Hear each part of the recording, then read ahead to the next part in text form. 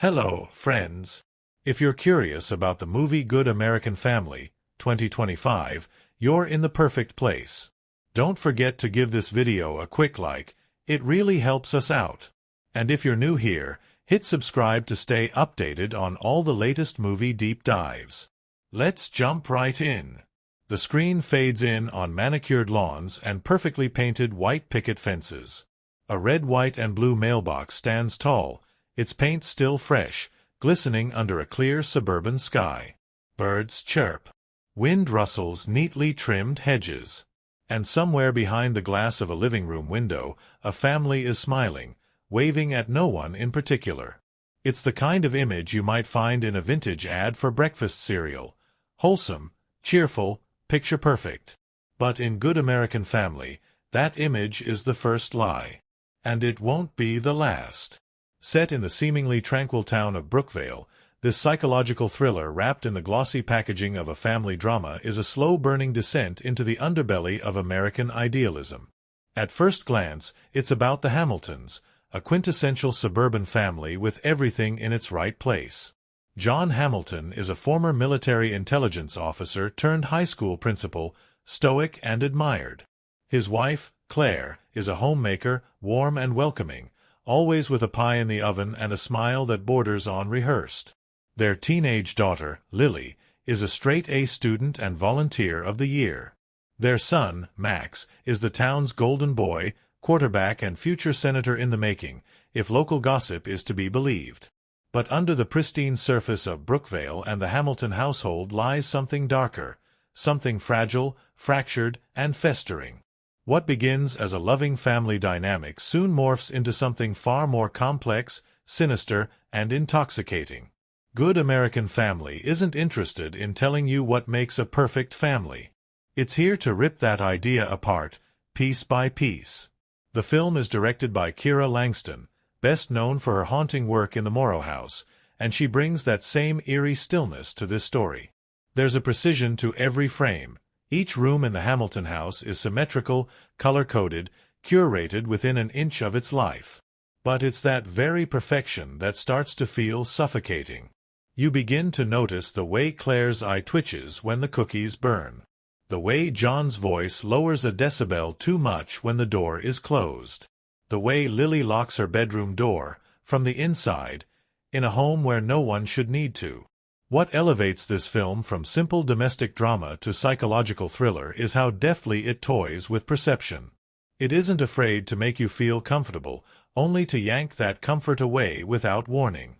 From the outset, we think we know what we're watching, a wholesome family dealing with small-town problems. But halfway through, the rug is pulled. Suddenly we're no longer watching a family deal with problems. We're watching a family create them, feed them, nurture them like secrets buried under roses. It all begins when Max disappears. One night, after dinner, after football practice, after everything was as it should be, he vanishes. No note. No signs of struggle. Just gone. And it sends the Hamiltons, and the entire town, into a tailspin. At first, they hold hands. Pray. Organize search parties. John speaks to the press with stern dignity. Claire bakes casseroles for the volunteers. Lily wears her brother's Letterman jacket and quietly mourns. But something about their grief feels off. Too contained. Too polished. And that's when the film starts to press its thumb into the cracks. We learn through fleeting whispers and tightly framed flashbacks that Max wasn't the golden boy everyone believed. That he'd been in trouble before. That the family had quietly silenced rumors. Paid off neighbors. Rewritten events. Every time someone from the past appears, they bring a version of Max the Hamiltons don't recognize, or pretend not to. And as the search intensifies, the narrative splits. In one thread, we follow the town's desperate attempt to piece together what happened. In the other, we sit inside the Hamilton home, watching the family begin to fray. Claire starts speaking to herself. Lily becomes withdrawn, obsessive. John, ever the image of order, begins installing more locks on their doors, without explanation. At a certain point, the house stops feeling like a sanctuary. It starts to feel like a trap. What's so masterful about the storytelling is that even as the plot accelerates, the film never loses its eerie patience. It doesn't rush to tell you the truth. It lets you stew in the unease. There are scenes where nothing overtly happens, but the tension is unbearable. Someone slicing vegetables in silence, a phone ringing and no one answering, a family portrait hanging slightly crooked, then mysteriously straight again. And always the feeling that someone, something, is watching. Key twists are embedded like landmines in the screenplay. One particularly brutal reveal comes when Lily, haunted by recurring dreams, discovers hidden tapes in her father's study, recordings not of Max, but of the family. Secret footage. Arguments. Confessions. Strange rituals. It becomes clear that John's past in military intelligence didn't end at his discharge. The surveillance never stopped. He brought it home. Not to protect his family, but to control it. And then there's Clare. The mother who smiles through everything, whose grief is tightly wound like a music box melody. As the story unfolds, we begin to see the slow unraveling of a woman who has played the role of perfect wife so long that she's forgotten how to be a person. Her eventual break is not loud. It's quiet, almost serene, as she begins to revisit old photographs and cut out her own face from each one. The final act of the film is a slow-motion collapse. As the town starts to suspect the Hamiltons of knowing more than they let on, the family turns inward. Secrets are laid bare. The basement, which had been locked since Max disappeared, is opened. And what's found inside changes everything. Without spoiling too much, let's just say that Max may not have vanished, not in the way anyone thought. His presence lingers not just in memory, but physically, chillingly close. What makes Good American Family so unforgettable is not just its twists or its sharp writing. It's the way it holds a mirror up to viewers. It forces you to question the images we cling to. The idea of family as refuge. Of suburbia as safety. It takes that glossy American dream and peels it back, revealing what festers beneath when appearances become more important than truth. And yet, for all its darkness, the film isn't without moments of strange beauty.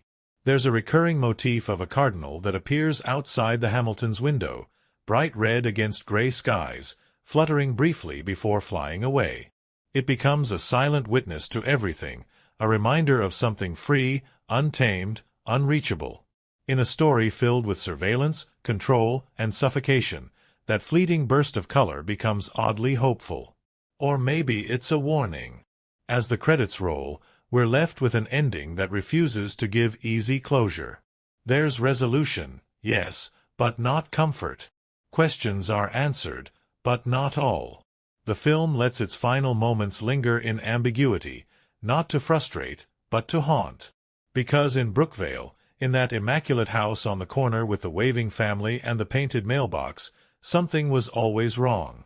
And now that we've seen it, we can't unsee it. Good American Family is many things: thriller, drama, psychological horror, but above all, it's a cautionary tale. About the lies we live with. About the danger of appearances. And about the people who smile while everything burns beneath the surface. It doesn't scream. It whispers. And somehow, that's what makes it so hard to forget. Morning in Brookvale arrives like clockwork. The streets are swept. The lawns are dewed. Sprinklers hiss in perfect rhythm while paperboys glide by with sleepy precision. There's a kind of stillness here that suggests safety, stability, almost like the town has agreed, in unspoken contract, to never let the outside world in. And at the center of this suburban postcard sits the Hamilton house. 4 bedrooms, double garage, white siding, and the deepest secrets hidden behind the brightest smiles. The day begins like any other. Clare Hamilton, apron tied neatly, glides through her morning routine. Breakfast on the table. Coffee brewed just as John likes it. Black, 1 sugar. Max bounds down the stairs, football gear slung over one shoulder, grinning like the world already belongs to him. Lily follows, quiet and observant, always clutching the same leather-bound notebook. She never opens it at the table. It's her own private religion. John sits at the head of the table, reading the newspaper like a man carved from principle, nodding politely at his children's plans for the day. It's all smiles, all structure, all so perfect. Too perfect. From the very beginning, the film invites us to look closer. The camera lingers just a little too long on Claire's face as she flips pancakes, revealing a flicker of something brittle beneath the practiced warmth. Max's confidence feels just a little too performative. And Lily's silence isn't teenage detachment. It's something colder. Calculated. Even John, the family's rock, has a quiet intensity to him that doesn't soften in the presence of his wife or children. He doesn't talk. He delivers. At school, Max is a star. He leads the football team. Teachers love him. Girls whisper about him. Boys envy him. But in the locker room, there's tension. A teammate, Owen, confronts him. Something about a party, a video, an incident they've all agreed to forget. Max brushes it off, smiling that same disarming smile. But the conversation leaves a crack in the facade. Something happened. Something bad. And Max is carrying it like a backpack full of bricks. Meanwhile, Lily's school life is less glamorous. She sits alone in class. Watches. Takes notes on everything. Her teachers, her classmates, herself. Her journal becomes a recurring presence. Pages filled with sharp observations, fragments of conversations, even maps of the Hamilton house. She's writing something, but it's not poetry. It's not a diary. It's something more methodical, more deliberate. Back at home, Claire begins preparing for a neighborhood event, the annual Brookvale Welcome Garden Brunch, hosted right in their backyard. She moves through the house like a curator, ensuring every pillow is fluffed, every corner dusted. But her movements are interrupted by strange sounds. Footsteps when no one else is home. A light flickering in the basement that she's certain was off. She tells John, but he dismisses it. Tension, stress, nerves.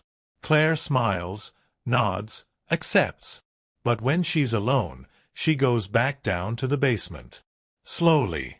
One hand trailing the railing. The light is still on. The door creaks.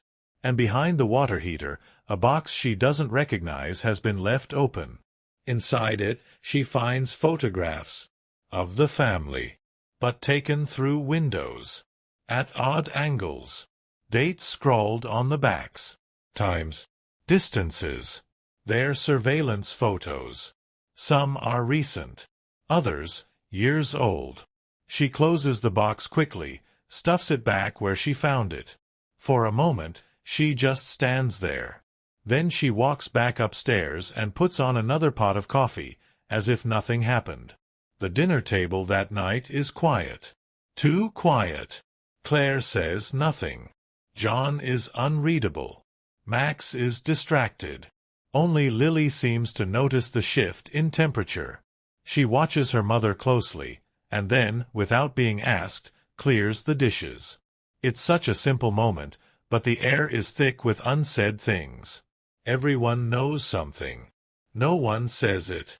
Things escalate after the brunch. The event itself is picturesque. Neighbors arrive in sundresses and polo shirts, carrying pies and chatter. John gives a short speech. Claire smiles and serves drinks. Max helps set up chairs. Lily keeps to the shadows. But behind the laughter, tension simmers. One neighbor, Mrs. Peterson, mentions seeing Max's car parked near the edge of town late at night. Another brings up the sirens from the night before. Strange, isn't it? Someone says. This town used to be so quiet. Claire hears it all. And later that night, she asks Max outright, "Where were you that night?" He shrugs, gives her a half-answer. Something about a friend. Homework. Claire doesn't believe him. But she doesn't press. Not yet. Instead, She watches him leave again that night. She listens for the garage door. And when it closes, she goes to John. "We need to talk about Max." John doesn't react. Not tonight. But Clare pushes. She brings up the photographs. The flickering light. The tension. And John, slowly, puts down his drink. He doesn't ask where she found the photos. He doesn't deny they exist. He just says, "It's handled." Then walks away. That night, Clare searches the house. Quietly. Like a ghost. She finds more boxes in the garage. Documents, videotapes, newspaper clippings. Some about Brookvale. Others from years before. Different towns. Different names. She begins to piece together something horrifying. John didn't just work in military intelligence. He ran surveillance programs.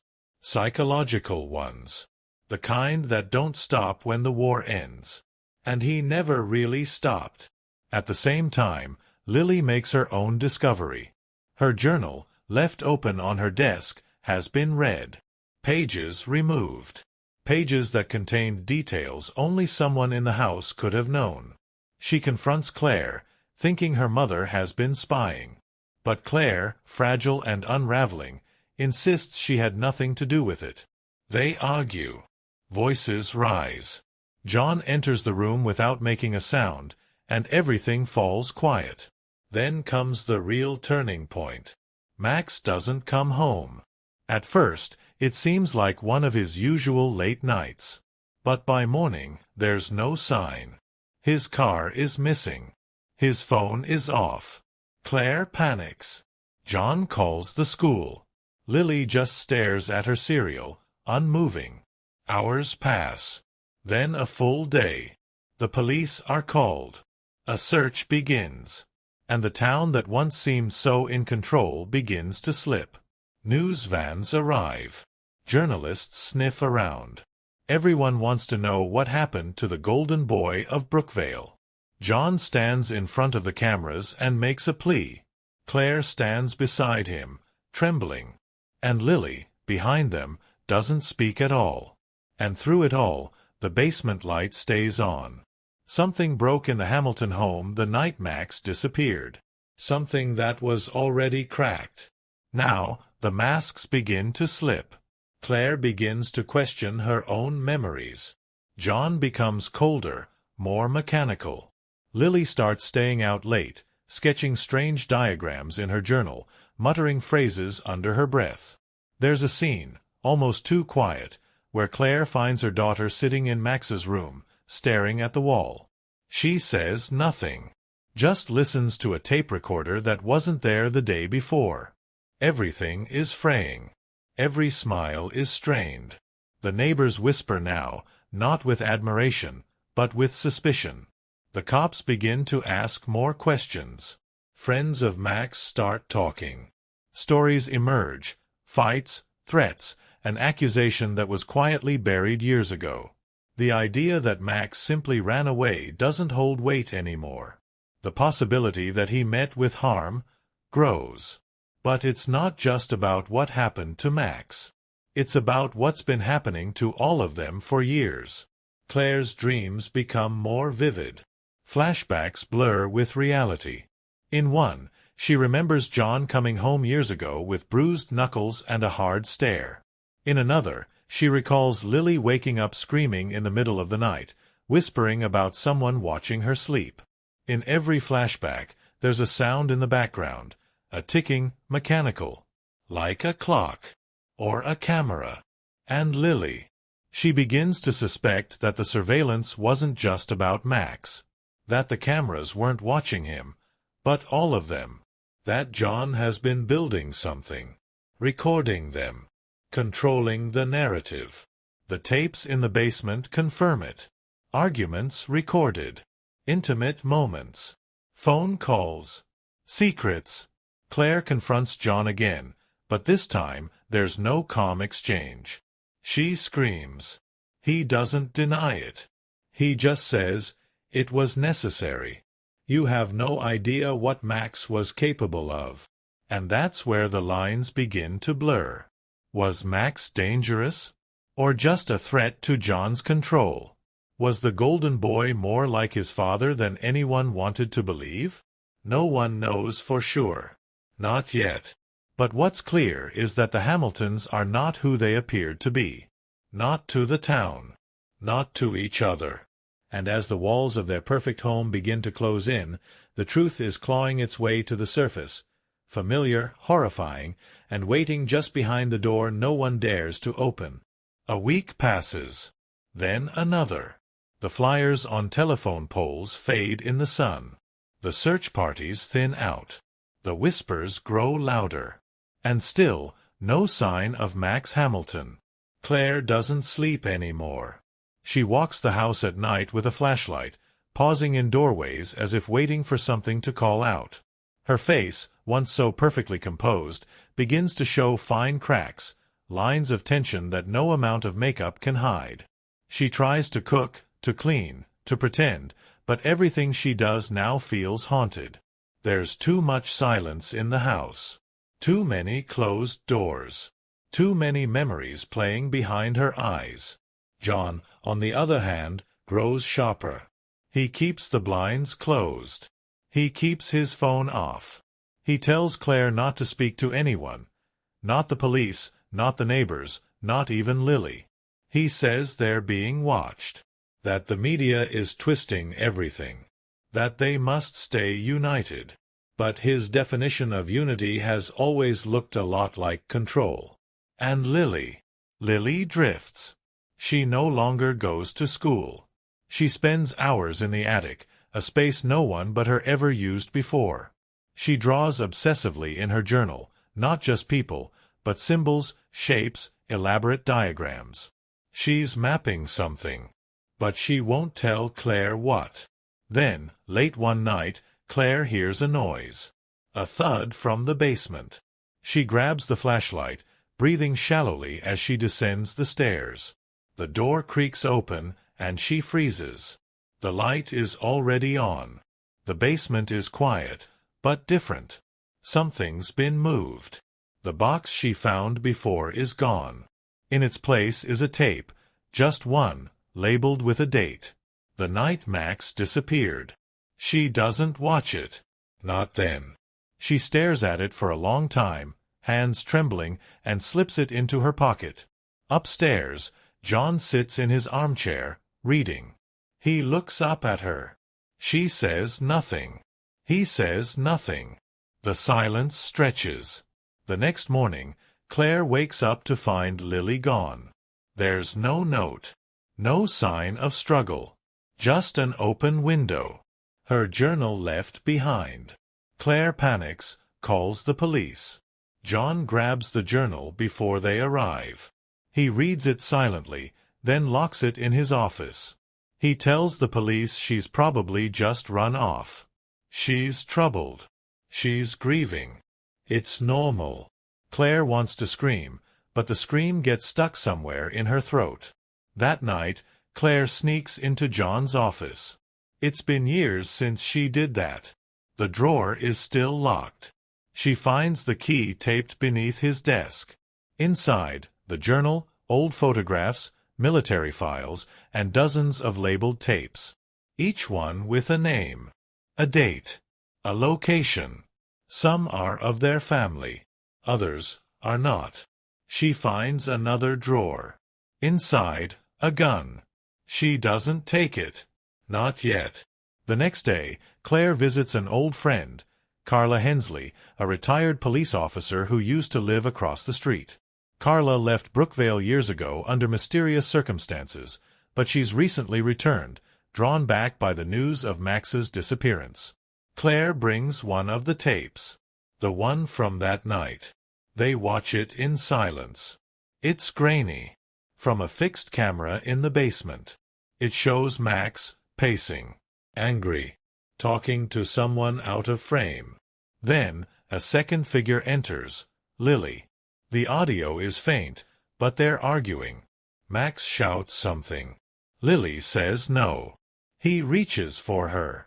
She pulls away. There's a struggle. Then the screen goes black. Claire sobs. Carla sits in stunned silence. "That's not the full tape," Carla says quietly. "It cuts." He had something to hide. Claire begs her to help. Carla agrees. Together, they dig. Carla uses her old connections. Claire keeps up the illusion of normalcy at home, but every night she watches another tape. They reveal a man unraveling over years. John monitoring their every move. Recording conversations. Interrogating Max in secret. Even speaking to someone over the phone in code, a voice she doesn't recognize. The truth begins to emerge. John was part of a covert psychological experiment during his military years, an unauthorized program involving family environments, observation under stress, control through manipulation. When it was shut down, John didn't stop. He recreated the environment in Brookvale. His own family became the experiment. Max had found out. He'd confronted John. Threatened to go public. That night in the basement wasn't just a fight, it was the breaking point. And Lily. Lily had known more than anyone. Carla tracks down a man named Howard Trask, a former associate of John's from the program. Now aging and living off the grid, Trask initially refuses to talk. But when he learns about Max's disappearance, his resolve breaks. He confirms it all. The surveillance, the behavioral trials, the conditioning techniques. He used to say, Trask mutters, a controlled environment breeds the cleanest data. But people aren't variables. They're not supposed to break. Claire returns home and confronts John.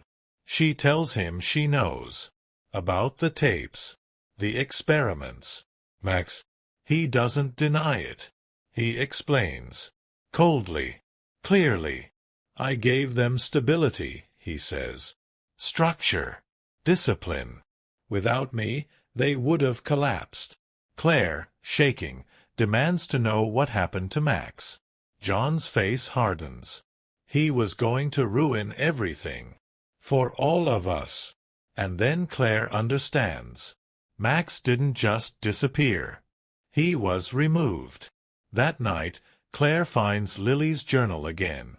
She flips through the pages, searching for a clue. In the back, tucked in an envelope, is a hand-drawn map. Coordinates.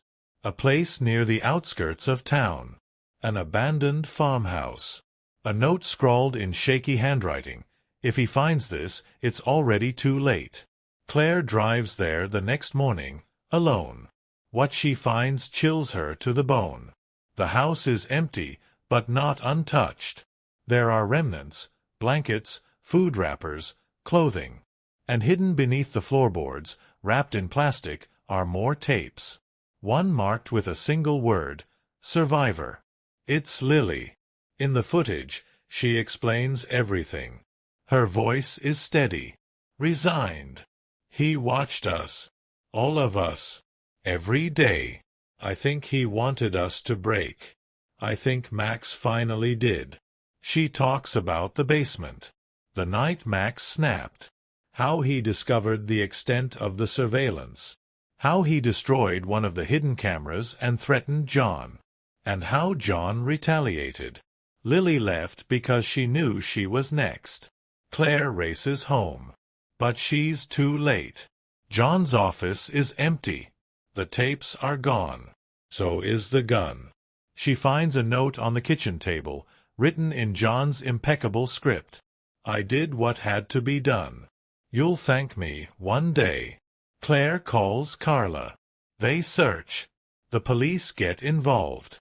An alert is sent out. But John Hamilton has vanished without a trace. Weeks pass. Lily is found in another state, safe, but shaken. She refuses to speak at first. Then slowly, she begins to tell her story. Max is still missing. His fate uncertain. But the Hamilton home is empty now. Sold quietly. The curtains drawn. Brookvale moves on. Or tries to. But the town has changed. There are no more brunches. No more speeches. Just silence where a perfect family once stood. Clare, now living in another city, volunteers at a women's shelter. Her eyes are tired, but kind. She never remarried. She doesn't speak about Brookvale. But sometimes, late at night, she sits by the window, watching the darkness, waiting. Just in case. Because some stories don't end. They echo. John Hamilton was always the man with a plan. A man who moved with military precision, spoke in measured tones, and lived as though every moment of his life had already been mapped out. To the world, he was the rock of the Hamilton family, the patriarch, the protector, the embodiment of American values. But inside the walls of his perfectly curated home, John was something else entirely. He was the architect of a world he could control, a world where the rules were his to write and his to enforce. There was a coldness to him that even his warmth couldn't mask. Every affectionate smile, every word of encouragement, every silent nod at the dinner table, beneath it all was calculation. He loved his family, but it was a love filtered through the lens of structure, discipline, and order. He didn't just want them safe, he wanted them shaped, molded, perfected. And the moment they began to deviate from that vision, he saw it as a threat. His military past wasn't something he ever spoke about in detail, but its fingerprints were everywhere. In the way he compartmentalized his emotions, in the surveillance systems buried in the walls, in the coded language that laced his private notes. To John, control equaled security. And somewhere along the way, that belief became obsession. He watched them through cameras hidden in air vents. He logged their conversations. He built a house not for living, but for testing. His family had become subjects, data points, variables. And yet, John wasn't a villain in the traditional sense. He didn't twirl a mustache or deliver monologues drenched in malice. His darkness came from conviction. He truly believed he was doing the right thing. That in a chaotic world, his family needed his guidance, his watchful eye. But his inability to see them as individuals, as people capable of existing beyond his control, became his downfall. When Max pushed back, when Claire began to ask questions, when Lily started keeping her own secrets, it wasn't just rebellion, it was betrayal. To him, they were breaking the rules of the game, and in his world, there were consequences for that. Clare Hamilton had mastered the art of smiling through the silence.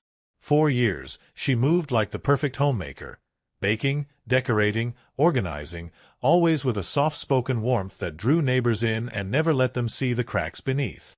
But Clare wasn't just playing a part. She had convinced herself that this was happiness, that this was what it meant to be a good wife and mother. She convinced herself so thoroughly, she stopped asking questions. But when Max vanished, something inside her began to stir. The mask she'd worn for so long started to slip. Not all at once, but gradually, in moments too quiet to be noticed by the outside world. The way she'd pause at the sound of a creak. The way her hands would tremble slightly while folding laundry. The dreams that returned at night, dreams filled with shadows and locked doors. She began to see the house differently. Not as a haven, but as a cage. Not as the place where she had built a life, but as the place where her life had been taken from her in slow, invisible pieces. Claire's arc is one of painful awakening. She goes from denial to suspicion, from fear to confrontation. She begins to realize that love without autonomy is a prison, and that safety built on silence is no safety at all. Watching her transform from the dutiful wife to the woman who stands alone in the ruins of her family's lies is as devastating as it is powerful. She doesn't become hardened or vengeful, she becomes aware. And that awareness is her greatest weapon. Her strength isn't loud. It's quiet, rooted in endurance. In the way she keeps going even when she's not sure what the next step is. In the way she chooses to uncover the truth, knowing it might destroy her.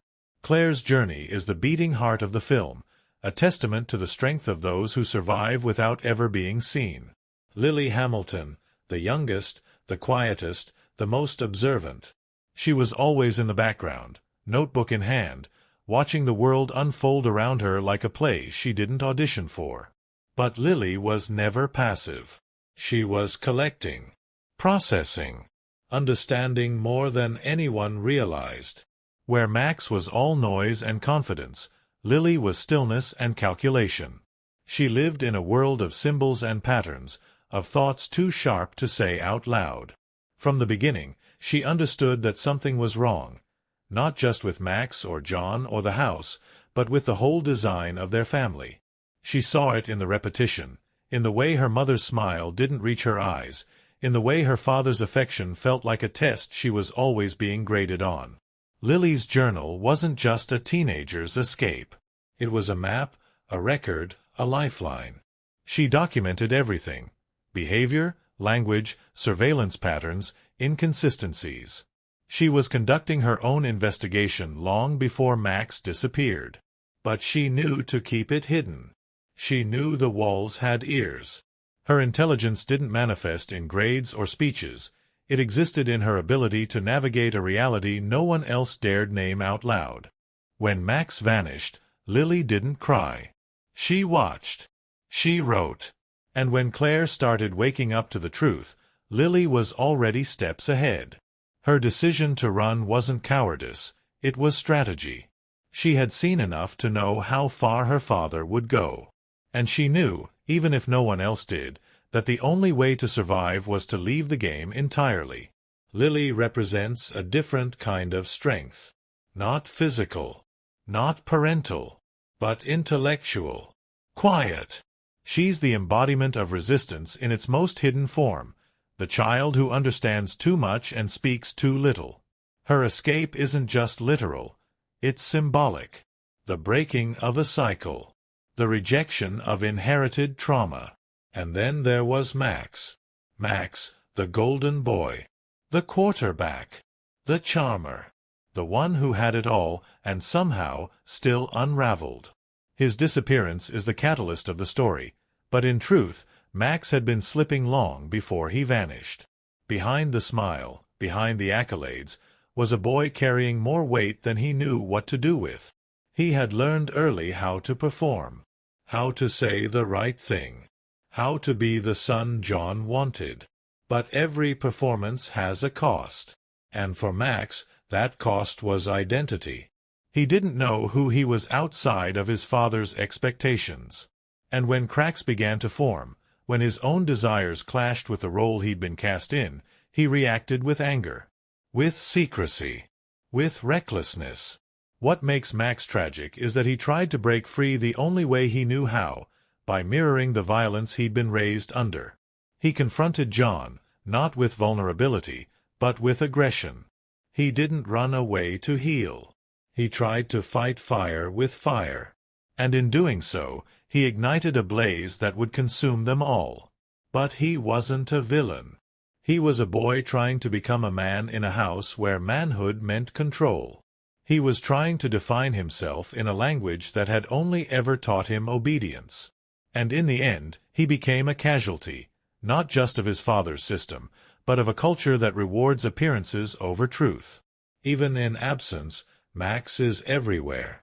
In the silence that follows conversations. In the places no one goes anymore. In the dreams Clare can't quite shake. He becomes more than a character. He becomes a ghost. Not just literally, but emotionally. A symbol of what happens when love is conditional and power is inherited like a sickness. Together, the Hamiltons form a constellation of fractured identities. Each one shaped by the same environment, but reacting in profoundly different ways. John tries to control it. Clare tries to survive it. Lily tries to outsmart it. Max tries to escape it. None of them are villains. None of them are heroes. They're just people, flawed, scared, struggling. And surrounding them, the town of Brookvale plays its own role. It watches. It judges. It gossips. But it never intervenes. It represents the broader system that lets families like the Hamiltons collapse in silence, as long as the lawn stays trimmed and the windows stay clean. The community's complicity is part of the tragedy. Everyone saw something. No one said a word. What makes Good American Family so haunting isn't just the plot twists or the suspense. It's the characters. The way they reflect parts of ourselves we don't always like to acknowledge. The way they force us to ask hard questions. About who we are behind closed doors. About the roles we've accepted without question. About what it means to truly be seen. By the time the story ends, no one in the Hamilton family is left unchanged. Some are broken. Some are lost. Some are free. But all of them are unforgettable. Because beneath their curated smiles and carefully rehearsed lines was something raw, something real, something human. Every film has its secrets, its strange little hiccups and unexpected moments tucked between the takes. But Good American Family seemed to attract strangeness like a magnet. From the first day of shooting, something about the project pulsed with an energy that even the crew couldn't explain. Not bad energy, exactly, but definitely charged. Like the house itself, the one they built from scratch for the film, was holding its breath, waiting for the story to unfold inside it. The Hamilton house, that pristine suburban fortress so central to the film's narrative, wasn't found. It was created. Production designer Heather Solano insisted on building it from the ground up on a soundstage, modeled with near-obsessive accuracy on mid-century American home layouts. Every drawer worked. Every appliance functioned. Even the closets had real clothes in them, character-specific, carefully aged, hidden away from the camera but never overlooked. The idea was immersion. The actors needed to live in the house, to feel the walls close in. But what no one expected was how real the house would start to feel. Crew members reported getting lost in its hallways. One grip swore he heard someone crying in a room that was supposed to be empty. The lighting team joked about the basement light, which would flicker on during lunch breaks, even when the entire set had been powered down. The director, Kira Langston, leaned into the unease. "We're telling a story about a home where something is wrong, and you can't quite explain it," she said. "If the set is giving us that tension for free, why not use it?" She refused to correct many of the flickering lights, instead incorporating them into scenes. She even instructed the sound team to record ambient noise during off-hours. Footsteps, pipes groaning, the faint hum of a camera lens adjusting in the quiet. That real discomfort ended up woven directly into the movie's soundscape. And then there were the birds.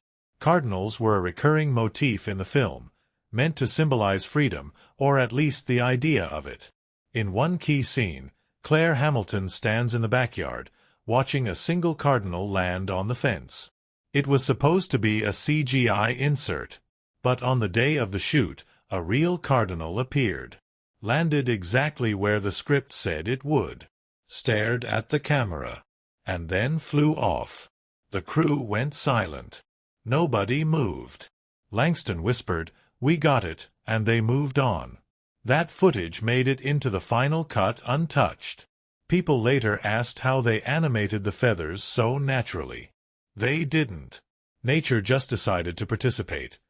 But perhaps the strangest story emerged from the scenes involving Lily Hamilton's journal, the leather-bound notebook that becomes the emotional and psychological map of the family's unraveling. Prop master Jonah Osei handcrafted 5 versions of the journal, each filled with sketches, symbols, and cryptic notes. But the main one, the Hero Journal, went missing 2 weeks into shooting. Vanished. Everyone assumed it was misplaced, until it was found weeks later, in the freezer of the Hamilton house set. No one claimed to have put it there. But the strangest part? The pages had changed. New entries had appeared, ones that no one remembered writing. A line scrawled in pencil on the back cover read, "He sees you when you sleep." The crew thought it was a prank. But no one confessed. And Langston, again, decided to keep the weirdness alive. She added that line to the film in a whispered voiceover during a basement scene. Just barely audible. But it's there. The actors also found themselves slipping deeper into their characters than expected. Jessica Lange, who played Clare, admitted she started baking compulsively after long days on set. I'd get home, and the only thing I wanted to do was bake muffins or pies. I don't even like baking, she laughed during a press interview. But I felt like I couldn't stop. Like Clare was trying to keep her world together through routine, and somehow I had to do the same. Meanwhile, Ethan Voss, who played John Hamilton, took a very different route. A known method actor, he requested access to a separate surveillance room built adjacent to the main set. It had monitors linked to hidden cameras throughout the Hamilton house. The cameras weren't live, but the illusion was strong enough. Voss would sit there between scenes, watching silent footage, making notes in a thick binder labeled Family Log. No one saw the contents of that binder, not even Langston. I needed to know what he knew, Voss explained. To feel what it's like to watch your family when they don't know you're watching. That's who John is. Some actors found the environment so immersive, they forgot they were acting. During one particularly tense dinner table scene, in which John scolds Max for coming home late, the tension rose so naturally that the camera crew kept filming long after the scripted lines ended. Max, played by newcomer River Jensen, pushed back at Voss, off-script, raw, emotional, and the two kept arguing until Langston finally called cut. Jensen, visibly shaken, walked off set in tears. The scene stayed in the movie. It was too real not to. Langston, always a purist, decided early on to shoot in sequence, a rare move in modern filmmaking. She wanted the actors to evolve in real time, to carry the emotional weight of each scene into the next. As a result, the emotional fatigue you see in the second half of the film isn't makeup or acting. It's exhaustion. Real and cumulative. One of the production's eeriest coincidences happened on the day they shot Max's disappearance. The scene was scheduled for 3:15 p.m. on a Friday. The slate clapped. The cameras rolled. The shot was captured in a single take, Max walking out the back door, never to be seen again. When the crew checked the time code, it read 3 hours and 15 minutes exactly. No one had planned it. But that perfect alignment gave everyone chills. Another oddity? The Hamilton family portrait used in the film. It was shot early in production, designed to hang over the fireplace in the living room. But after a week, it began to warp. The faces distorted ever so slightly. Jessica Lange's eyes seemed off-center. Ethan Voss's smile stretched unnaturally. It became a running joke among the crew. The portrait is watching. Eventually, Langston had it replaced. But the original? It disappeared from set. No one knows where it went. And then there were the dreams. Multiple crew members, unprompted, reported having similar nightmares during production. Dreams of being trapped in a house that kept shifting its walls. Of staircases that led nowhere. Of whispers through vents. A sound assistant who had worked on over 30 productions said he'd never felt so unsettled by a set. It was too quiet, and then too loud. Like the walls had their own heartbeat. Even post-production wasn't spared. The editor, Delaney Cruz, found strange static embedded in certain audio files, static that didn't exist in raw takes and couldn't be removed. One file had a whisper buried so deeply in the mix, it was only discovered after dozens of playbacks. The words? Don't let them see. Cruz isolated the sound. Played it back. It didn't match any actor's voice. Despite, or maybe because of, all this, Good American Family wrapped on time and under budget. The premiere was held in a small theater, just outside the town where much of the film's exteriors had been shot. Audience members were deeply moved. And deeply disturbed. In interviews, Langston refused to elaborate on the weirder moments. I believe films carry the energy of their creation, she said. We were telling a story about illusion, surveillance, buried truths.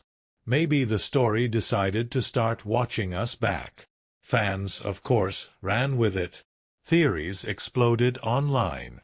That the house set was haunted. That one of the tapes featured in the movie wasn't scripted. That River Jensen disappeared from social media after filming Wrapped because he'd never actually been acting. That Ethan Voss's surveillance binder was a real-time record of the cast, not just the characters. Some of the theories are absurd. Some less so. But the strangest fact of all? The script that began it all wasn't originally titled Good American Family. The working title was The Box in the Basement. But during pre-production, the script was mysteriously overwritten, digitally corrupted. When the file was recovered, the title had changed. No one on the writing team claimed to have touched it. No one could explain it. Good American Family was born, it seems, from something unseen. Something that lurked just outside the edges of the frame. And as the years pass, the stories only grow stranger. People say the original set still exists, dismantled and stored in pieces. That if you walk past the right soundstage at midnight, you'll hear a faint creak, the sound of someone climbing the stairs in a house that no longer exists. But whether or not the set was haunted, or the script was cursed, or the actors got lost in their roles, one thing is undeniable. Good American Family became more than just a film. It became a legend. And legends, after all, are made of more than just what's on screen. They're made of whispers. Of things that happen between the takes. Of truths no one intended to tell. Or maybe, truths that were waiting for someone to listen. What begins as an ode to suburban perfection becomes, slowly and deliberately, a haunting descent into the illusion of safety. Good American Family seduces its audience with aesthetics, sunlit kitchens, warm dinners, smiling faces, and then peels that surface back, revealing a psychological battlefield beneath the wallpaper. And within this beautiful unraveling, there are moments, precise, harrowing moments, that define not only the story, but the film's emotional and cultural impact. Critics approached Good American Family with curiosity at first, unsure what to expect from a film marketed as a family drama with psychological undertones. But what they discovered was something far more ambitious, something that dared to take the familiar trappings of Americana and weaponize them. And at the center of that transformation are the events that reframe the entire film not as a mystery, but as a warning. Take the breakfast table scene in the first act. On the surface, it's innocuous. John reading the paper, Claire pouring coffee, Max and Lily trading quiet barbs. But there's something in the stillness. Something in the way the camera lingers too long on Claire's hands as she arranges the silverware, or in the way Lily's eyes track her father's every move. Critics pointed to this as the first true clue that something was deeply wrong. Not because anything is said, but because everything is unsaid. It's a lesson in atmospheric tension, where dread brews not through action, but through restraint. Claire begins to fray, but not in the hysterical camera-smashing way we've come to expect from grieving mothers in film. Her breakdown is quiet, meticulous, and terrifying in its own way. She folds clothes that no longer need folding. She stares out windows. She opens the fridge and forgets why. And critics recognize this performance as one of Jessica Lange's most controlled and heartbreaking. One review noted, "She's not mourning a son. She's mourning the version of herself that believed this family was real." Meanwhile, John grows colder, less reactive. He speaks in statements, not sentences. He tightens routines, eliminates distractions. And it's this response, perhaps more than anything else, that shifts the tone of the entire film. It isn't grief. It's damage control. And once the audience sees that, everything clicks. The house was never a sanctuary, it was a stage. And John, its director. The film's midpoint, the discovery of the surveillance tapes, is where critical opinion swelled into admiration. Up to that point, the audience is unsettled, but unsure. Once Claire finds the tapes, once she sees her family through the unblinking eye of the lens, It's as though the entire film steps out from behind its own curtain.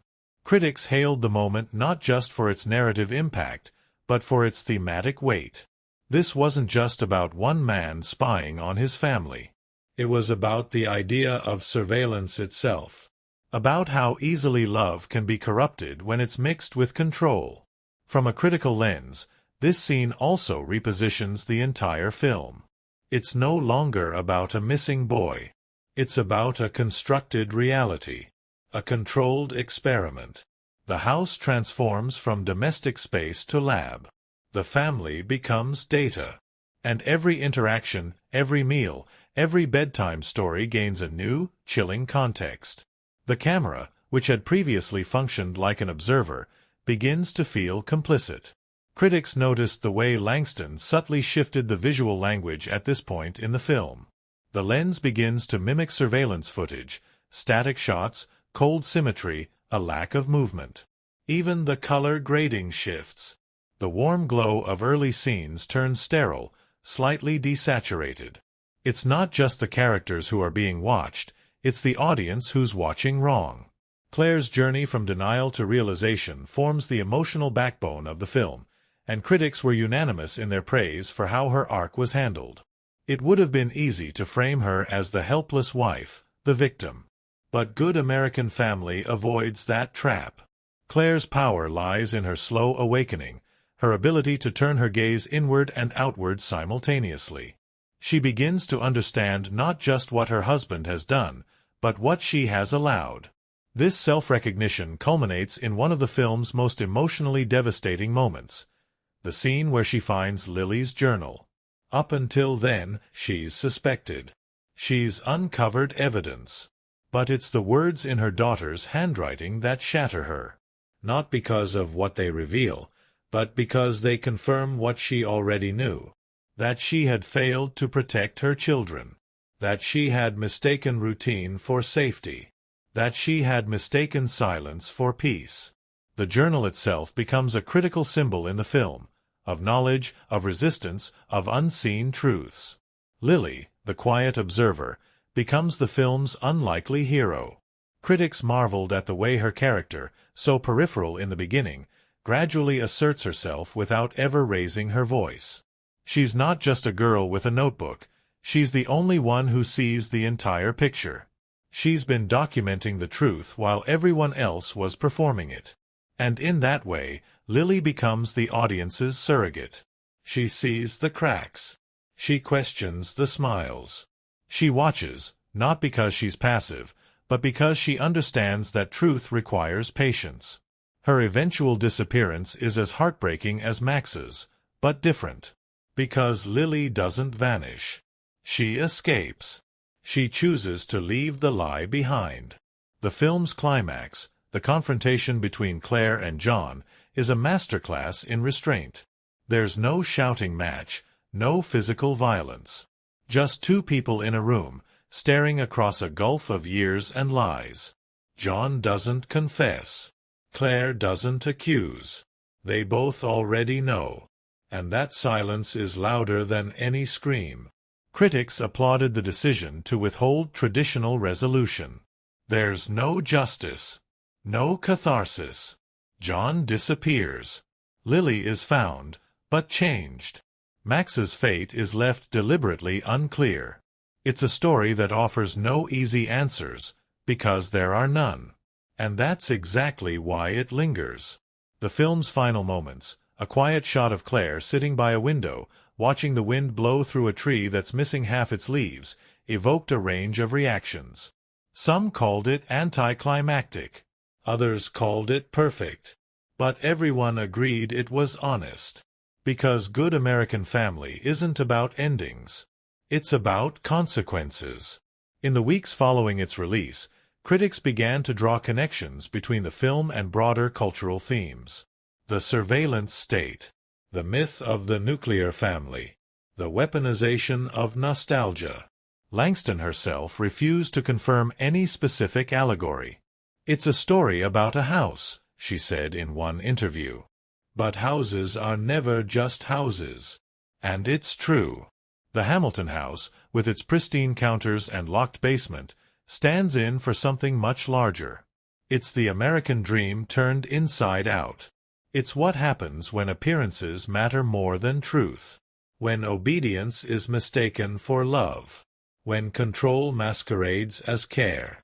The emotional resonance of the film comes not from its mystery, but from its familiarity. Every viewer has walked into a room that felt just a little too quiet. Every viewer has smiled when they didn't feel like it. Every viewer has kept a secret to keep the peace. And that's what makes Good American Family so unsettling. Not the tapes. Not the basement. Not even the missing children. But the realization that something very similar could be happening behind your neighbor's door. Or maybe even your own. And no one would say a word.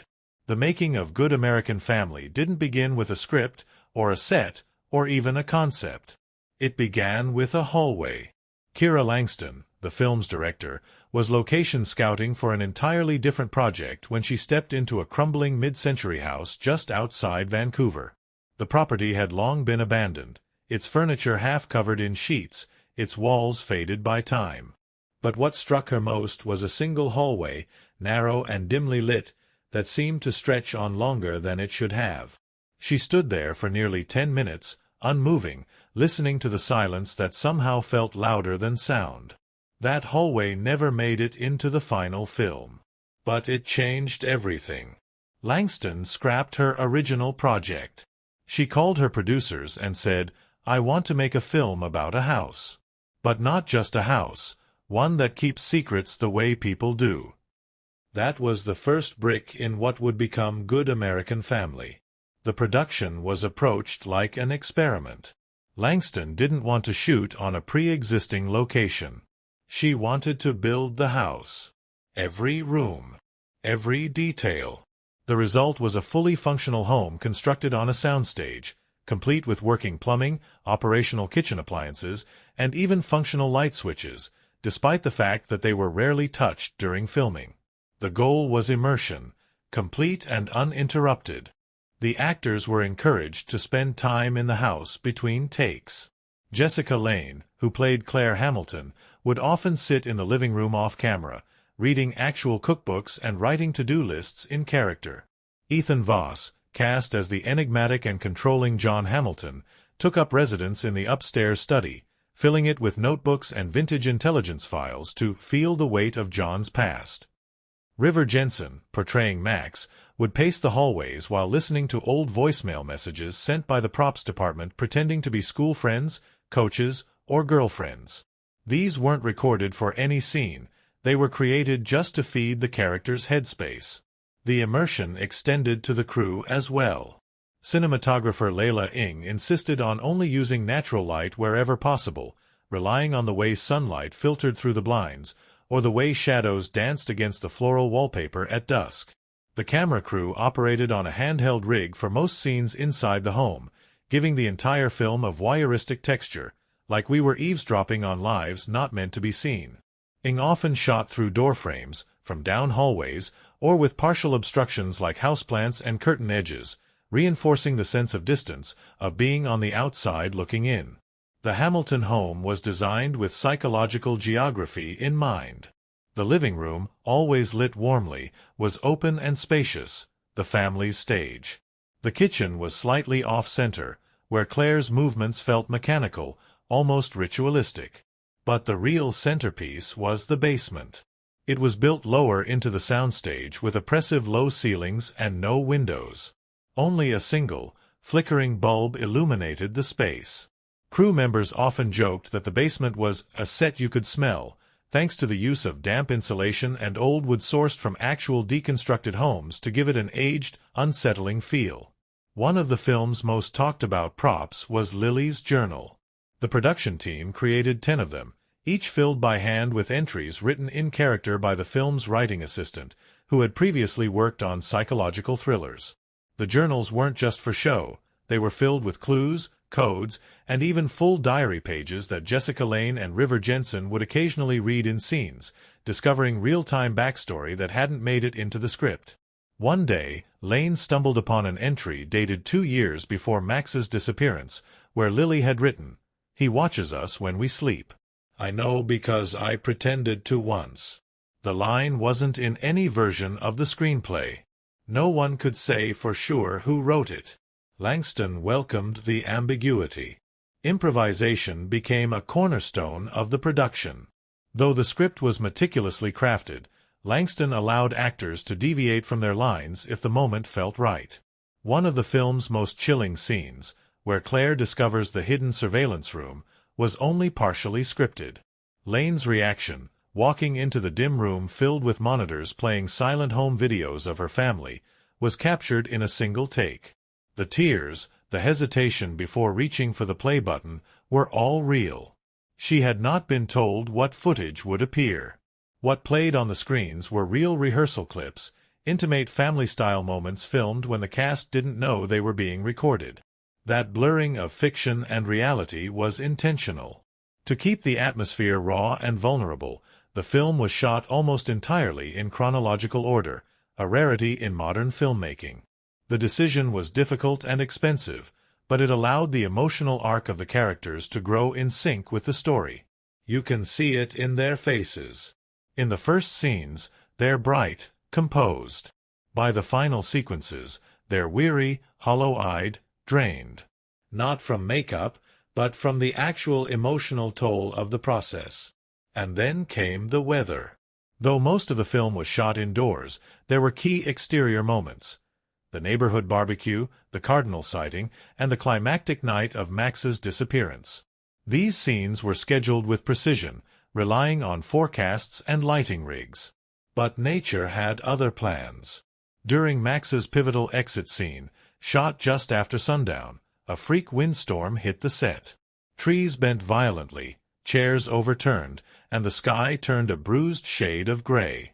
The crew was seconds from calling it off when Langston ordered the cameras to keep rolling.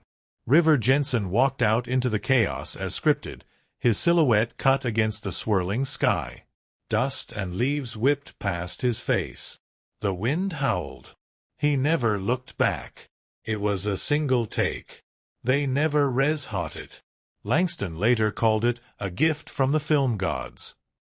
But not all gifts were welcome. There were rumors. Of course, there always are. Crew members who wouldn't step into the basement alone. Lights that flickered when no one touched the switchboard. A production assistant claimed to hear a voice whisper her name in the darkroom while processing stills. Sound engineers picked up unexplained static that resembled breathing. These occurrences never made it into press releases. But ask anyone who worked on the film, and their smiles will fade slightly when you mention the basement. It had a presence, someone said once. That was enough. Still, amidst the eeriness, there was laughter. Pranks. Camaraderie. Jessica Lange became the mom of the cast, bringing actual baked goods to set and decorating her dressing room like a 1960s kitchen. Ethan Voss, ever the method actor, left post-it notes around the house written in character. Messages like, "Did you lock the door?" and "Smile for the camera." River Jensen started a tradition of writing fake, missing flyers and posting them in random places, each one featuring absurd details like last seen riding a unicorn or might be invisible. Hard to tell. On the last day of shooting, Langston held a quiet wrap ceremony inside the house set. She asked each actor to walk through their character's favorite room one last time. No cameras. No crew. Just the actors and the space they'd lived in for weeks. Some cried. Some laughed. When Jessica Lange reached the kitchen, she opened the oven, pulled out a real pie she had baked that morning, and served slices to the entire crew. It was a moment of closure that, somehow, captured the spirit of the film.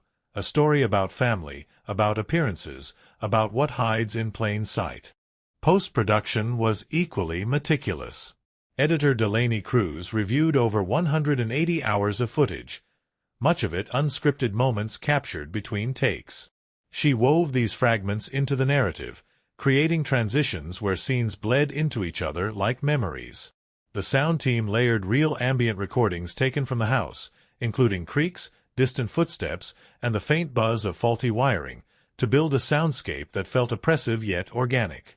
And in the music, Composer Naima King delivered a score so subtle it was almost invisible, just a whisper of piano keys, the echo of wind, the quiet ticking of a clock. The goal, she said, was not to tell the audience how to feel. It's to make them feel like they've felt it before. The film premiered quietly. No flashy rollout. No big red carpet. Just a private screening in a small historic theater where the cast and crew sat together, side by side, watching the house come alive one last time. Today, Good American Family is discussed in hushed tones, less like a movie, more like a memory. The house set was eventually dismantled. Some pieces were auctioned. Others disappeared. Rumors say the basement door was salvaged and now sits in Langston's garage, leaning against a wall. She refuses to confirm or deny. But what remains is the story, the performances, the feeling, and the strange truth that, somewhere in the process of creating fiction, the film became something else. Something real. Something that watched them, even as they were watching it. There's something deceptively serene about the town of Brookvale. It presents itself like a photograph from the 1950s, frozen in time, perfectly color-balanced, every angle clean. Streets curve like smiles. Lawns are the precise shade of suburban green. Mailboxes gleam. And houses, oh the houses, sit like dolls in a collector's display, each one whispering, "This is the good life." But in Good American Family, that setting is more than just a backdrop, it's a character. A quiet observer. A silent accomplice. Brookvale is a stage dressed in symmetry. But the brilliance of its design lies in its unease. From the very first frame, something about it feels too pristine, too arranged. As if someone has spent an exhausting amount of energy making sure everything appears perfect. The sidewalks are swept too clean. The air is too still. And the Hamilton home, our central setting, is a masterpiece of domestic architecture used not to comfort, but to contain. The house was designed specifically for the film, constructed from the ground up on a soundstage to allow total control over its environment. Every piece of wallpaper, every light fixture, every drawer that opens or doesn't open was chosen with purpose. Production designer Heather Solano and director Kira Langston worked in lockstep, crafting a space that could simultaneously feel inviting and oppressive. The front room, where guests are received, is bathed in warm tones, peach curtains, wooden floorboards, brass fixtures. It's a space that says, "We're a happy family. Come sit with us." But step beyond the threshold, and the mood shifts. The hallway narrows. The light cools. Shadows fall a little heavier. And the deeper you go into the house, the less it wants you there. Rooms are arranged with military-like order, furniture aligned to invisible grids, family photos spaced evenly on the walls. It mirrors John Hamilton's character, his obsession with structure and control. Even the kitchen, which should feel like the heart of the home, is oddly sterile. Tiled with pale blues and grays, its coldness is hidden behind retro-styled appliances and faux cheer. But it's too clean. Too quiet. The kind of silence that rings. The cinematography, guided by director of photography Leila Ng, understands this house. It moves through it like a ghost, never quite at ease. The camera rarely settles in the center of a room. Instead, it lingers at thresholds, peers around corners, watches from behind furniture. This deliberate choice creates a voyeuristic sensation, as though the audience isn't just watching, but intruding. And that's exactly the point. We are seeing what we shouldn't be seeing. The private moments. The cracks behind the curated life. Lighting is equally pivotal in building the film's emotional language. Daylight is used with precision. It floods the early scenes, casting soft shadows that suggest warmth. But over time, as the family's unity unravels, that same sunlight starts to feel sharp. It exposes. It highlights imperfections. By the third act, sunlight is rarely used at all. Most scenes are lit by table lamps, overhead fixtures, or practical sources like the refrigerator's dim glow. This descent into darker spaces reflects the emotional spiral happening within the characters themselves. The basement, of course, becomes the film's most chilling location. It's a physical space, yes, concrete, cold, barely lit, but symbolically, it functions as the family's subconscious. It's where secrets are buried, where the past is hidden, where surveillance is born. Ng shot the basement scenes with a limited lens width to make the space feel even more claustrophobic. The ceilings seem lower than they should be. The walls lean inward. And there's always some unseen noise, pipes creaking, air humming, the faint, rhythmic buzz of electronics. It's never silent, not truly, because silence would be a relief. Cinematographic composition throughout the film maintains a rigid symmetry. At first glance, it feels composed, safe, even. But symmetry in this story is never about harmony. It's about control. Characters are often centered in frames, their movements tightly restricted. The Hamiltons sit at exact distances during dinner. When they speak, they rarely move. And when they do, they tend to exit the frame in perfect lines. It creates an unnatural stillness, a mechanical rhythm that's subtly unnerving. As the story progresses and order begins to dissolve, so does the camera's loyalty to symmetry. Angles become slightly off-kilter. Depth of field increases, allowing background objects to loom. Camera movements become shakier, slower. One particularly powerful sequence involves Clare walking down the upstairs hallway late at night. She's alone, and the camera follows from behind, slightly tilted. Her steps echo. The light flickers overhead. And though nothing overtly happens, the scene brims with dread. It's the hallway that speaks. The way it stretches just a little too long. The way the shadows seem to breathe. Set dressing and color palettes evolve as well. In the early acts, everything is crisp and vibrant. Reds pop. Yellows feel sunny. But as the emotional tone darkens, those same colors begin to rot. Reds turn maroon, then brown. Yellows turn beige, then bone. Clare's dresses shift from florals to grays. Lily's room, once filled with soft pastels, becomes a sea of shadowy purples and muted blues. It's not a sudden transformation. It's gradual, like bruising.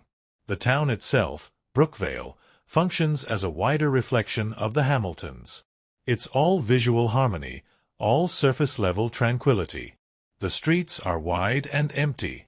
The camera often shoots from a distance, flattening the depth so homes appear stacked like paper cutouts.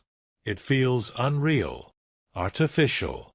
And that artificiality intensifies every time the community shows up, whether it's for the garden brunch or the search parties after Max disappears. The townspeople speak in platitudes. Their concern is choreographed. Their empathy, rehearsed. The town isn't a safety net, it's another mask. And just as the family's control begins to erode, so too does the environment. Trees lose their leaves. Grass turns brittle. Exterior shots take on a gray haze. The house, once gleaming white, begins to dull. These changes are subtle, almost imperceptible, but they accumulate. The entire setting begins to decay with the family. Sound design also plays a pivotal role in how the setting communicates emotionally. Ambient noise is weaponized, not loud, not jump-scare-oriented, but persistent. The hum of a refrigerator. The tick of a wall clock. The distant rattle of plumbing. These sounds are usually tuned out in real life, but here, they're heightened, oppressive. When Clare walks through her home at night, it's not just what she sees, it's what she hears. The house doesn't creak. It groans. It exhales. And when silence arrives, it's deafening. Sound is withheld at key moments. When Clare discovers the surveillance footage, the room is utterly quiet except for the whir of an old VCR. When Lily disappears, we don't hear screams or shouts, we hear the slow shutting of a bedroom door. When John delivers his chilling monologue about order and stability, The score drops entirely. He speaks in a vacuum. It's as though even the film itself doesn't want to be present for what he's saying. Symbolism is buried in the settings, too. The birdbath in the backyard, always dry. The family portrait that slowly becomes misaligned on the wall. The front door, which squeaks loudly the first time Max leaves, and never again. These details aren't flashy. They aren't pointed out. But they create a language, a vocabulary of dread that viewers absorb without realizing. One of the most fascinating visual motifs is the repeated use of doorways. Characters are constantly seen from other rooms, framed in doorways like living photographs. They rarely share physical space, even when they're speaking. It's a clever way of showing the emotional chasms between them. The house is full of walls. And even in their own home, they live in isolation. Mirrors, too, are used sparingly but with chilling effect. Not to frighten, but to fragment. Clare is often seen in reflections, not just once, but multiple times in the same frame. It's a subtle nod to her fractured identity. Who she presents, who she suppresses, and who she's becoming. By the final act, the setting has become something else entirely. It's no longer a home. It's a labyrinth. A trap. And as John disappears into the shadows, as Clare stands alone in the hallway, as Lily's journal lies open and unfinished, the house feels cavernous, hollowed out, echoing with all the things no one ever said aloud. When the film ends, there are no explosions, no dramatic collapses. But the house remains. Standing. Quiet. Watching. Critics praised this use of setting as one of the film's most effective storytelling tools. It wasn't just design, it was narrative. The house told the story as much as the characters did. It mirrored them. It confined them. And in the end, it revealed them. Because Good American Family isn't just a film about what happens inside a house. It's a film about the house itself, and how it remembers everything. There's a kind of hush that falls over a set when everyone knows they're making something special. Not just another job, not just another shoot, but something that might actually leave a mark. That hush lingered around Good American Family from the first day of principal photography to the final wrap. It wasn't a silence of anxiety or tension. It was reverence. Everyone, from the stars to the interns, felt it. The weight of the story, the precision of the vision, the eerie realism of the set. But within that gravity was also an undeniable pulse of energy, an excitement that crackled between takes and behind closed doors. Filming began in late autumn, in a converted soundstage outside Vancouver that had been completely redesigned to house the Hamilton family's two-story home. Kira Langston, the director, made an unorthodox choice before cameras ever rolled. She would not allow green screens, fabricated lighting grids, or any set piece that wasn't functional. If a door was there, it had to open. If a drawer existed, it had to hold real things. She wanted the house to breathe, to live. And live it did. The cast was invited to move through the home set before shooting began, not as a tour, but as a kind of informal rehearsal. Jessica Lange, who played Clare, walked barefoot through the kitchen to feel the floor, while Ethan Voss, cast as John, closed himself in the study for hours, rearranging books on the shelves and penciling real annotations into fake journals. "We had to inhabit the house," Lange said later. "We couldn't act like a family unless we felt like one."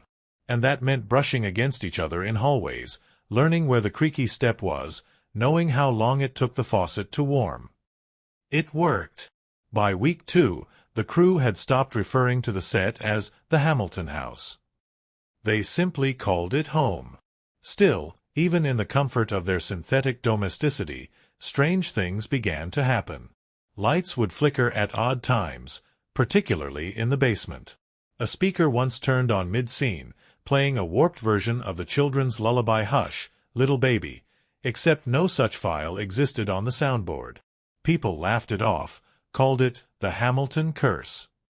But the production notes from that day include a handwritten line scribbled in the margins, "Basement too cold again, check power. The basement became a character in its own right, not just on screen, but off. Crew members avoided lingering there. The cinematographer, Layla Ng, refused to leave her camera unattended in the space. "It just didn't feel empty," she said during a behind-the-scenes interview. Even when no one was in the frame, it felt like something was watching the lens. Langston leaned into that discomfort. The ambient creaks and hums picked up by the basement microphones weren't removed in post. They were amplified.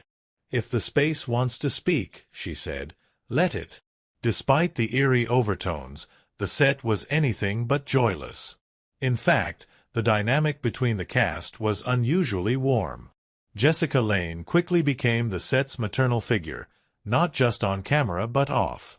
She often cooked during downtime, preparing actual meals in the kitchen between takes, macaroni and cheese on cold days, tomato soup when people were sick. It wasn't part of her job. It wasn't scripted. She just felt it helped keep the atmosphere lived in. Ethan Voss took the opposite approach. Deep into method acting, he refused to refer to anyone by their real names while on set. He spoke to Jessica only as Clare. He called River Jensen, who played Mac's son, and rarely interacted with the crew unless absolutely necessary. Initially, some found it off-putting. But gradually, everyone adjusted to his style. And something strange happened. The formality between him and the others added a layer of friction that read beautifully on screen. The subtle unease between him and River didn't have to be faked. It just existed. River, for his part, was the heartbeat of the younger cast. At just 19, he brought an emotional intelligence to Max that surprised even seasoned crew members. He often asked to run scenes more than once, not because he flubbed his lines, but because he wanted to try it differently, with more weight. Off-camera, he became the goofball, constantly pulling harmless pranks. He once replaced Ethan's black coffee with decaf and waited all morning for the breakdown. It never came. Ethan, ever in character, simply sipped it and said, "Even the bitterness feels lighter today." Perhaps the most surprising relationship on set was between Langston and the prop department. She insisted that every single item in the Hamilton house have a history. If a photo hung on the wall, it needed to have a real backstory. If there was a drawer in the study, it had to contain real notes, real bills, even real gum wrappers. The production team spent days filling cabinets with letters and receipts, none of which would be seen on camera. "If the actors stumble, I want them to stumble into truth," Langston told them. One day, during an unscripted moment, Lane opened a drawer in the dining room hutch and pulled out a handwritten grocery list. She paused, stared at it, then folded it and put it in her pocket. It was never meant to be seen. But later, in a quiet moment on screen, she retrieved it during a scene where Claire is alone, mourning Max. No dialogue. Just her reading that list. A ghost of a routine she'll never need again. That scene wasn't in the original script. Langston kept it. Challenges, of course, came in waves. Weather was an unexpected one. Though most of the film was shot indoors, key outdoor sequences required very specific light conditions, especially the scene with the cardinal landing on the fence. It was scripted as a symbol of freedom, of life beyond the house. And for weeks, they couldn't capture it. Too cloudy. Too windy. Too noisy. And then, one morning, as if summoned by the script itself, a cardinal appeared. It landed exactly where they needed it to, paused, and flew off. River stood still, caught entirely off guard. The cameras kept rolling. No one said a word. It became one of the most beautiful, unscripted shots in the film. Editing the film proved just as intricate as shooting it. Delaney Cruz, the editor, approached the material like an archaeologist, uncovering meaning from mountains of footage, much of it unscripted. Langston had insisted on long, uninterrupted takes, some running over 20 minutes. Cruz watched it all.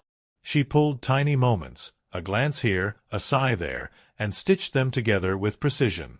The sound department faced its own battle. Unexplained static kept bleeding into the master files, particularly during the basement scenes. Sound engineer Marcus Lowell described it as breathing, but not human. They ran diagnostics, swapped cables, even re-recorded lines. But the static remained. Eventually, Langston told them to leave it. "It belongs," she said. And so it stayed. The final days of shooting were deeply emotional. The cast had lived in the house for so long, they began to treat the wrap as a goodbye to a real place. Lane wept during her final scene, unscripted tears that rolled down as she sat on the couch, hands folded in her lap. The crew fell silent behind the monitors.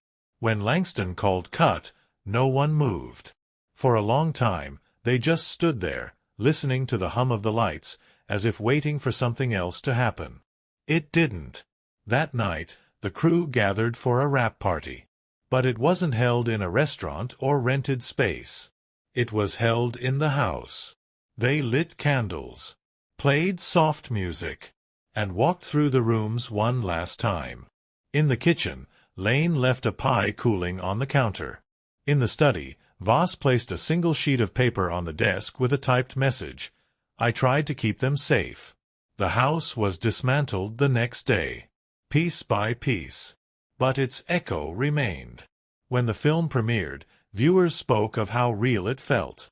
How the house felt like one they knew. How the silences carried more weight than the words. What they didn't know was that much of that weight came from what happened between the takes, from the bonds formed, the strange coincidences, the choices made in whispered conversations behind monitors. Good American Family was never just a film. It was an experience. A living memory built with care, stained by mystery, and captured in the quiet glances between characters who had truly lived in those walls. And even now, long after the cameras stopped rolling, those walls are remembered, not for what they showed, but for what they didn't.